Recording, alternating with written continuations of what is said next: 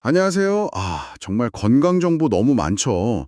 뭐가 진짜 중요한 건지 어떨 땐 좀 헷갈리기도 하고요. 그래서 오늘은 김주환 교수님의 강연 자료를 좀 깊게 들여다보면서 아프지 않고 건강하게 오래 사는 비결, 핵심만 딱 뽑아보려고 합니다. 정말 중요한 거 세 가지. 네, 이거 중심으로 이야기 나눠볼게요. 정보 홍수 속에서 길 잃지 않게 저희가 딱 짚어드리겠습니다. 네, 반갑습니다. 이게 오늘 저희가 볼 내용은요, 그냥 뭐 카더라 하는 그런 정보는 아니고요. 과학적인 근거를 가지고 이 건강 수명에 정말 결정적인 영향을 주는 요인들, 그걸 좀 분석해 볼 겁니다. 특히 많은 분들이 생각하시는 중요도 순서랑 좀 다를 수도 있어요.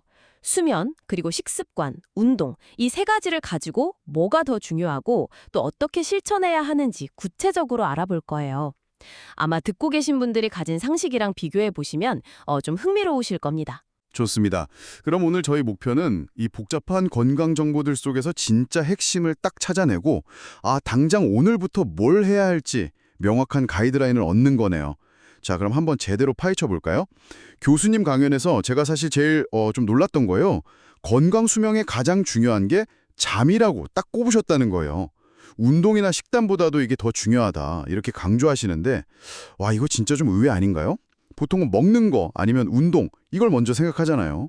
하루에 꼭 7시간에서 8시간은 자야 한다 이렇게요. 그렇죠. 보통 잠을 그냥 뭐 활동 안 하는 시간 아니면 그냥 쉬는 시간 이렇게 생각하기 쉬운데요. 사실 우리 생명 활동의 기본 상태, 그러니까 디폴트 값은 자는 것이라고 봐야 한다는 거죠. 생존에 필요한 활동 있잖아요. 예를 들면 먹는 거, 일하는 거. 이걸 위해서 잠시 깨어나는 거에 가깝다는 거예요. 그러니까 하루에 한 4시간, 5시간만 자도 뭐 괜찮다. 이건 좀 위험할 수 있습니다. 실제로 그 단시간 수면으로 유명했던 분들 있잖아요. 대처수상이나 레이건 대통령 같은 이분들이 결국 말년에 알츠하이머를 앓았다는 사실이 시사하는 바가 크죠. 그 유명한 분들이 결국 치매를 앓았다는 게 잠 부족이 정말 심각하구나 하는 걸 딱 보여주네요. 그 정도까진 아니더라도 우리가 그냥 평소에 바로 느낄 수 있는 잠 부족 영향 이런 건 또 없을까요? 연구 결과 보니까 정말 좀 무섭던데요. 네, 그 잠이 부족할 때 나타나는 문제는 아주 명확합니다. 첫째는 그 치매 발병 위험이 증가한다는 거. 이건 뭐 여러 연구에서 상당히 확실하게 나오고 있고요. 둘째는 면역 체계가 약해져요. 그래서 뭐 각종 질병에 좀 취약해지는 거죠. 셋째, 암 발병 위험과의 연관성. 이것도 무시 못하고요. 넷째는 이게 현저 사망 원인 1인데 심혈관 질환 위험 역시 명백히 높아집니다. 이런 부분들은 사실상 논란의 여지가 좀 적은 편이에요. 심혈관 질환. 그거 관련해서 서머타임 예시 진짜 인상 깊었어요. 아니 고작 1시간 수면 시간이 바뀌는 건데 심장마비 발병률이 그렇게나 크게 달라진다뇨? 서머타임 시작해서 1시간 덜 자는 날 미국 전역에서 심장마비가 24%나 늘고 반대로 끝나는 날 1시간 더 자면 21%가 줄어든다니. 와, 잠의 힘이 정말 대단한 것 같아요. 이게 매일매일 반복된다면 우리 심장에 얼마나 부담이 될지 이거 한번 생각해 보게 되더라고요. 그렇죠. 인지기능 저하도 정말 심각한 문제죠. 단순히 피곤하다, 이걸 넘어서요. 학습 능력, 기억력에 그냥 바로 영향을 줍니다. 미국 일부 학교에서 등교 시간을 1시간 늦췄더니 학생들 SAT 성적이 눈에 띄게 좋아졌다는 연구 결과도 있어요. 이게 다 그걸 뒷받침하는 거죠. 그러니까 뭐 4시간 자면 붙고 5시간 자면 떨어진다 이런 말 있잖아요. 이건 뭐 과학적 근거 전혀 없고요. 오히려 몸에 해로운 잘못된 통념입니다. 특히 뇌가 막 발달하는 청소년기에는요. 최소 8시간 이상은 자야 돼요. 그래야 배운 내용이 장기 기억으로 잘 넘어가고 문제 해결 능력도 좋아집니다. 그리고 잠 많이 자면 게으르다 이렇게 보는 시선도 좀 문제라고 하셨어요. 오히려 충분히 자려면 시간을 잘 관리하고 자기 통제도 해야 하니까 더 성실해야 한다는 말씀이 되게 역설적이면서도 와닿더라고요. 낮 시간에 허투루 안 보내고 할 일 딱 끝내야 밤에 편하게 잘 수 있다. 뭐 이런 거죠. 심지어 잠을 잘 자는 게 개인 건강뿐만 아니라 사회 전체 의료비를 줄이는 도덕적인 행위일 수도 있다. 와, 이 관점도 되게 신선했어요. 네. 그리고 감정 조절 능력이나 대인관계 개선 효과도 무시 못하죠. 잠을 푹 자면요. 전반적으로 좀 정서가 안정되고 덜 충동적이게 돼요. 그럼 당연히 사람들하고 갈등도 줄어들겠죠. 또 많은 분들이 오해하시는 것 중 하나가 다이어트인데 잠 줄여야 살 빠지는 게 아니고요. 오히려 푹 잘 때 지방 분해 관련 호르몬이 더 잘 나옵니다. 만성적으로 잠이 부족하면 비만으로 갈 가능성이 더 높아요. 피부 재생도 잠자는 동안 활발해지고요. 아, 여기서 진짜 흥미로운 포인트로 넘어가네요. 뇌 청소 메커니즘. 아니, 우리가 자는 동안 뇌에서 도대체 무슨 일이 벌어지는 건가 싶었는데 그 글림프 시스템 설명이 정말 재밌었어요. 네, 그렇죠. 우리 몸 다른 곳에는 림프관이 있어서 노폐물을 싹 청소해 주는데 뇌에는 이게 오랫동안 없는 줄 알았거든요. 근데 비교적 최근이죠. 2013년에 글림프 시스템이라는 뇌만의 독특한 청소 시스템이 밝혀졌어요. 이게 뭐냐면 깊은 잠에 빠졌을 때 뇌세포의 상당 부분을 차지하는 악교세포들이 자기 부피를 확 줄여요. 한 60%까지도요. 스펀지 움츠러들듯이요. 그럼 그 세포 사이 공간이 넓어지잖아요. 그 넓어진 공간으로 뇌척수액이 콸콸 흘러들어가면서 낮 동안 쌓인 노폐물들, 특히 그 알츠하이머 원인 물질인 베타아밀로이드 같은 단백질 찌꺼기를 싹 씻어내는 거예요. 진짜 말 그대로 뇌를 쥐어짜서 씻어낸다, 이렇게 표현할 수 있는 거죠. 근데 중요한 건 이 청소 작업이 주로 깊은 잠을 잘 때만 효율적으로 돌아간다는 거예요. 그러니까 중간에 자주 깨거나 잠이 부족하면 뇌 청소가 제대로 안 되는 거죠. 잠이 왜 중요한지에 대한 아주 강력한 생리적인 근거라고 할 수 있습니다. 와, 잠을 푹 자서 뇌까지 깨끗하게 관리하는 거 진짜 중요하네요. 그럼 이렇게 중요한 잠과 또 우리 몸 활동을 뒷받침하는 에너지원, 이건 어떻게 관리해야 할까요? 식습관 이야기로 넘어가 볼 텐데요. 여기서도 교수님은 좀 다른 관점을 이야기하셨어요. 특정 음식이 뭐 무조건 좋다, 나쁘다 이렇게 딱 잘라 말하기는 아직 좀 어렵다. 왜 그런 건가요? 그게 식품 연구 자체가 가진 좀 본질적인 어려움 때문인데요. 예를 들어서 어떤 음식이 암을 일으키는지 알아보려면 한 그룹에는 그 음식을 계속 먹이고 다른 그룹엔 안 먹이면서 수십 년을 봐야 하잖아요. 근데 이건 사실 윤리적으로 불가능하죠. 네. 그래서 대부분 연구는 평소에 뭐 얼마나 자주 드세요? 이런 설문조사 기반의 관찰 연구에 의존할 수밖에 없어요. 근데 이런 연구는 아무래도 기억이 부정확할 수도 있고 또 응답자 주관이 들어갈 수도 있고요. 무엇보다 교란 변수라는 걸 통제하기가 너무 어려워요. 아, 교란 변수요?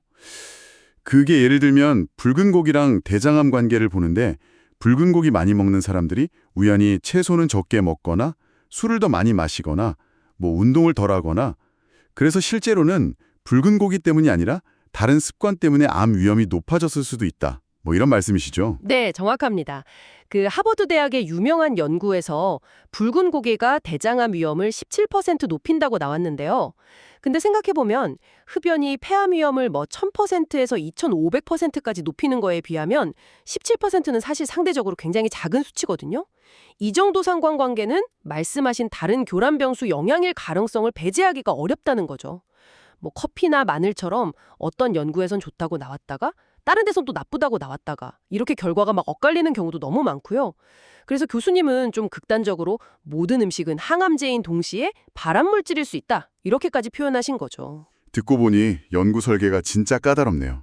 근데 붉은 고기 암 위험 높여 이런 기사 보면 그냥 덜컥 겁부터 나는데 그런 정보들은 그럼 어떻게 받아들여야 할지 참 혼란스러워요. 특정 음식 유행에 막 휩쓸리지 말라는 말씀은 알겠는데 그럼 뭘 기준으로 삼아야 할까요? 네, 그래서 그것을 머물냐에 대한 어떤 절대적인 답을 찾으려고 하기보다는요, 좀 더 확실한 근거가 있는 부분에 집중하는 게 현명하다고 봅니다. 비교적 명확하게 이건 좀 피하는 게 좋다고 밝혀진 것들이 있어요. 바로 액상과당, 그 탄산음료나 주스에 많이 들어있죠. 그리고 트랜스 지방, 가공식품이나 튀김류에 많고요. 그리고 과도한 설탕, 이런 성분들이 건강에 좋다는 연구는 사실상 찾아보기 어렵습니다. 없다고 봐도 무방해요. 반면에 건강에 해롭다는 연구는 계속 나오고 있거든요. 요즘 설탕 무첨가 제품 점점 많아지잖아요. 이것도 다 이런 흐름을 반영하는 거죠. 아, 피해야 할 것들을 명확히 하는 게 중요하군요. 그럼 반대로 우리가 좀 적극적으로 신경 써야 할 부분은 뭘까요? 여기서 교수님은 혈당 관리의 중요성을 특히 강조하셨어요. 맞습니다. 특정 음식을 먹었을 때 혈당이 얼마나 빨리 그리고 얼마나 높게 치솟는가, 이걸 혈당 스파이크라고 하는데요. 그리고 그 치솟은 혈당이 얼마나 빨리 다시 정상 범위로 안정되는가, 이게 혈관 건강, 나아가 전신 건강에 매우 중요한 지표가 됩니다. 혈당이 막 롤러코스터처럼 급격하게 오르락내리락 이걸 반복하면요. 혈관에 계속 부담을 주고 염증 반응을 일으켜요. 장기적으로는 인슐린 저항성을 높여서 당뇨병이나 대사증후군 위험을 키우게 되고요. 아, 혈당 스파이크. 그거 막으려면 어떻게 하는 게 좋을까요? 방법이 있나요? 네, 몇 가지 방법이 있습니다. 일단 식사 순서를 좀 의식적으로 조절하는 게 도움이 돼요. 식이섬유가 많은 채소를 먼저 드시고 그다음 단백질이랑 지방, 그리고 마지막에 탄수화물, 그러니까 밥이나 빵, 면 같은 거요. 이 순서로 먹는 거죠. 이렇게 하면 탄수화물 흡수 속도가 좀 늦춰져서 혈당이 완만하게 오르도록 도울 수 있습니다. 또 같은 탄수화물이라도 혈당 지수 GI가 낮은 거, 예를 들면 현미나 귀리 같은 통곡물을 선택하는 게 좋고요. 식사 후에 가볍게 걷는 것도 혈당 조절에 도움이 많이 됩니다. 아하, 순서랑 종류, 그리고 식후 활동이군요. 그리고 여기서 또 한 번 진짜 중요한 포인트가 나오는데 무엇을 먹느냐만큼, 아니 어쩌면 그보다 더 언제 먹느냐가 중요할 수 있다. 이 점이었어요. 네, 맞습니다. 바로 우리 몸의 생체 시계, 즉 일주기 리듬에 맞춰서 식사하는 것의 중요성인데요. 우리 몸의 소화효소 분비나 호르몬 활동 같은 게 시간에 따라 다 달라지거든요. 활동량이 많은 낮에는 에너지를 효율적으로 쓰고 밤에는 좀 쉬면서 회복하는 모드로 전환이 돼요. 따라서 잠자리에 들기 최소 3, 4시간 전, 더 좋게는 한 5, 6시간 전에는 마지막 식사를 끝내는 것이 좋습니다. 예를 들어 밤 11시에 주무신다면 저녁 6시나 7시까지는 식사를 마무리하는 게 이상적이라는 거죠. 위장이 좀 충분히 비워진 상태에서 잠자리에 들어야 수면의 질도 높아지고 밤 동안 몸이 회복에 집중할 수가 있어요. 야식은 단영에 안 좋고 자기 전에 술 한잔하는 습관도 수면의 질을 엄청 떨어뜨린다고 하셨죠? 그렇습니다. 알코올이 처음에는 약간 졸린 느낌을 줄 수는 있는데 실제로는 깊은 잠, 렘 수면을 방해하고요. 중간에 자꾸 깨게 만드는 각성 효과가 있어요. 그러니까 꼭 드셔야 한다면 저녁 식사랑 같이 좀 일찍, 예를 들어 7시 이전에 가볍게 드시고 잠들기 전까지는 충분히 시간을 둬서 알코올이 분해되도록 하는 게 좋습니다. 아침 식사에 대한 고정관념도 되게 흥미로웠어요. 아침은 왕처럼 먹어라 이런 말도 있지만 사실 아침 식사 문화 자체가 그렇게 오래된 건 아니고 주로 산업화 이후에 생긴 거라고요. 일어나자마자 억지로 먹는 것보다는 약간 공복 상태를 유지하는 게 우리 몸 리듬에는 더 맞을 수도 있다. 이런 설명이었어요. 만약 꼭 먹어야 한다면 설탕 많은 주스나 시리얼보다는 달걀, 아보카도, 그릭 요거트처럼 단백질이나 건강한 지방 위주로 가볍게 먹는 게 혈당 관리에도 더 낫다고요. 네, 이 언제 먹느냐와 바로 연결되는 것이 시간 제한 식사, 즉 간헐적 단식의 한 형태인데요. 예를 들어 저녁 7시에 마지막 식사를 하고 다음 날 낮 12시에 첫 식사, 점심을 먹는다고 하면 약 17시간 정도 공복 상태를 유지하게 되잖아요. 자, 여기서 주목할 점은 이렇게 일정 시간 이상 공복 상태가 유지될 때 우리 몸에서 일어나는 아주 놀라운 현상입니다. 바로 세포 자가 포식, 오토파지라고 하죠. 아, 세포 자가 포식, 오토파지. 그거 완전 우리 몸 대청소 시스템 같은 거라고 하셨죠? 네, 맞아요. 정확합니다. 에너지가 밖에서 안 들어오는 공복 상태가 일정 시간, 보통 운동하는 사람 기준으로 한 12시간에서 16시간 이상 지속되면요. 우리 몸이 생존을 위해서 이제 불필요하거나 손상된 세포 속 기관들, 단백질 찌꺼기 같은 것들을 스스로 분해해서 에너지원으로 재활용하기 시작해요. 일종의 세포 리모델링 혹은 청소 과정인 셈이죠. 이 과정에서 낡은 세포나 기능 떨어진 세포들이 먼저 제거되면서 세포 기능이 전반적으로 좋아져요. 그래서 노화가 좀 늦춰지고 염증도 줄고 심지어 특정 질병 예방 효과까지 기대할 수 있다는 겁니다. 와, 굶는다는 그런 고통 없이 그냥 하루 두 끼, 예를 들면 점심 저녁을 충분히 먹으면서도 이런 건강 효과를 볼 수 있다는 거잖아요? 칼로리만 엄청 제한할 필요도 없고요. 상당히 매력적인데요? 그렇죠. 중요한 건 그 공복 시간을 확보하는 거죠. 그런데 여기서 또 하나 재밌는 포인트는요. 평소에 운동을 꾸준히 하는 사람은 한 12시간 정도만 공복을 유지해도 자가포식이 활성화될 수 있는데 주로 앉아서 생활하고 운동량이 별로 없는 사람은 24시간, 심지어 36시간 이상 공복이 필요할 수도 있다는 연구 결과가 있어요. 즉, 운동이 이 자가포식의 효율을 높여준다는 거죠. 야, 결국 또 운동이 나오네요. 그렇죠. 건강 수명을 위한 마지막 퍼즐 조각, 바로 운동입니다. 운동 중요한 건 다들 아시지만 교수님은 특히 미토콘드리아 기능 향상, 이거랑 관련해서 존 투 트레이닝이라는 어쩌면 좀 생소할 수 있는 운동법을 강조하셨어요. 네, 맞습니다. 미토콘드리아는 우리 세포 안에 있는 에너지 발전소라고 생각하시면 돼요. 음식물이랑 산소를 이용해서 우리가 살아가는 데 필요한 에너지, ATP라는 걸 만드는데요. 이 미토콘드리아의 수와 기능이 노화 속도랑 건강 수명에 정말 결정적인 영향을 미칩니다. 나이가 들수록 이 미토콘드리아 기능이 떨어지는데 이걸 다시 활성화시키고 수도 늘리는 가장 효과적인 방법 중 하나가 바로 존2 유산소 운동이라는 겁니다. 존2 운동? 그게 구체적으로 어떤 운동을 말하는 건가요? 존2는 최대 심박수의 약 65%에서 70% 사이 강도로 하는 유산소 운동을 말해요. 보통 최대 심박수는 220 빼기 자기 나이로 대략 계산하는데 예를 들어 50세라면 최대 심박수가 한 170 정도 되겠죠. 그럼 존2 범위는 대략 분당 110회에서 120회 정도의 심박수가 됩니다. 이 심박수 영역이 우리 몸이 지방을 주 에너지원으로 쓰면서 젖산이 급격하게 쌓이지 않는, 그러니까 비교적 편안하게 계속할 수 있는 운동 강도예요. 옆 사람이랑 대화가 가능한 정도의 수준이죠. 아, 그럼 막 헉헉거릴 정도로 힘들게 하는 게 아니라 약간 숨은 차지만 편안하게 30분, 40분 이상 쭉 할 수 있는 거. 빠른 걷기나 아주 가벼운 조깅 정도겠네요. 이걸 정확히 하려면 스마트워치 같은 심박수 측정기가 있으면 좀 도움이 되겠군요. 맞습니다. 처음에는 이게 운동이 되나 싶을 정도로 강도가 낮게 느껴질 수도 있어요.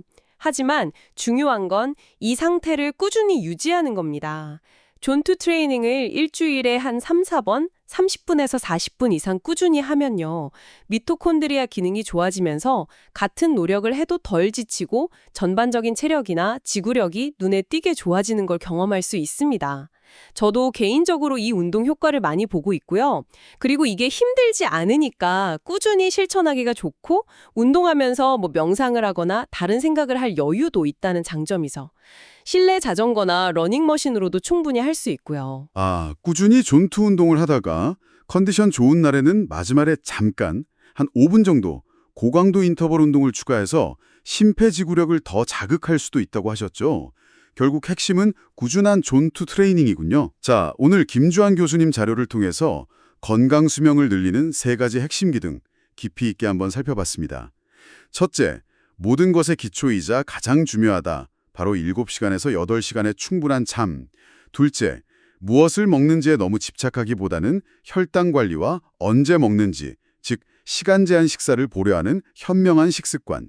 그리고 셋째, 세포 에너지 공장인 미토콘드리아를 강화하는 꾸준한 존투 운동. 그렇다면 이 모든 것이 당신에게 무엇을 의미할까요? 이게 중요한 질문인 것 같아요.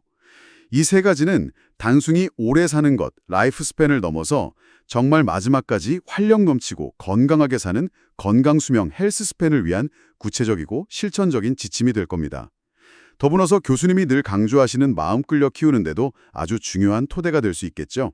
네, 오늘 나눈 이야기들이 그냥 정보로만 남는 게 아니라 여러분 삶에 좀 긍정적인 변화를 가져오는 그런 시작점이 되면 좋겠습니다.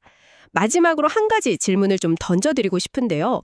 우리가 이렇게 잠자는 시간, 먹는 시간, 또 운동하는 습관을 의식적으로 관리하고 조절하는 이 행위 자체가요. 단순히 몸 건강 챙기는 걸 넘어서서 우리 삶의 다른 중요한 영역들 있잖아요. 일이라든지 관계, 자기계발 같은 여기서 필요한 자기통제력, 또 절제력, 그리고 꾸준함 이런 것들을 기르는 아주 훌륭한 훈련이 될 수는 없을까요? 어쩌면 건강관리는 더 나은 나를 만들어가는 과정 그 자체일지도 모릅니다. 이 점을 한번 생각해 보시면 좋겠습니다. 와, 건강관리가 자기 성장의 과정이 될 수 있다. 정말 깊이 생각해 볼 만한 질문이네요. 오늘 저희와 함께한 이 깊이 있는 탐구가 여러분의 건강하고 활력 넘치는 삶에 실질적인 도움이 되었기를 진심으로 바랍니다. 다음에 더 흥미로운 자료로 다시 찾아뵙겠습니다.